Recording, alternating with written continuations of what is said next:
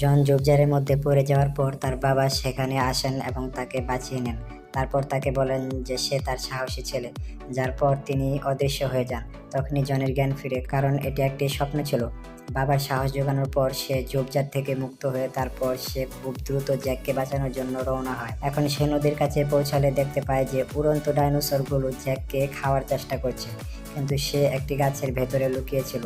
এটি দেখে জন রেগে যায় এবং তাকে বাঁচাতে এগিয়ে যায়, আর সেই দুষ্ট ডাইনোসরগুলোকে নদীতে ছুঁড়ে ফেলে দেয়, যার পর সে তার বাবার মতো গাছটিকে মাঝখান থেকে ভেঙে ফেলে। সব ডাইনোসর পানির সাথে ভেসে চলে যায়, কিন্তু একটি তখনও বেঁচে ছিল, যে জ্যাককে খাওয়ার চেষ্টা করেছিল। যার পর জন খুব জোরে একটি গর্জন দেয়, যা শুনে ভয় পেয়ে ডাইনোসরটি সেখান থেকে পালিয়ে যায়। কিন্তু তখনই সেখানে বন্যা চলে আসে। জ্যাককে নদীতে অচেতন দেখে জন তার দিকে এগিয়ে যেতে থাকে। এখন জ্যাক যেমনই জলপ্রপাত থেকে নিচে পড়ে যেতে নেবে, জন তাকে ধরে ফেলে। এরপর দুজনেই সুরক্ষিতভাবে নদী থেকে বের হয়ে আসে। এত সব অ্যাডভেঞ্চারের পর অবশেষে তারা বাড়িতে পৌঁছে যায়। তখনই জন পেছন থেকে একটা অদ্ভুত আওয়াজ শুনতে পায়। সে যখন ঘুরে দেখে সেটি ছিল জ্যাকের পরিবার। যার পর জ্যাক জনকে বিদায় জানিয়ে সেখান থেকে চলে যায়। এদিকে জনও নিজের বাড়িতে চলে আসে।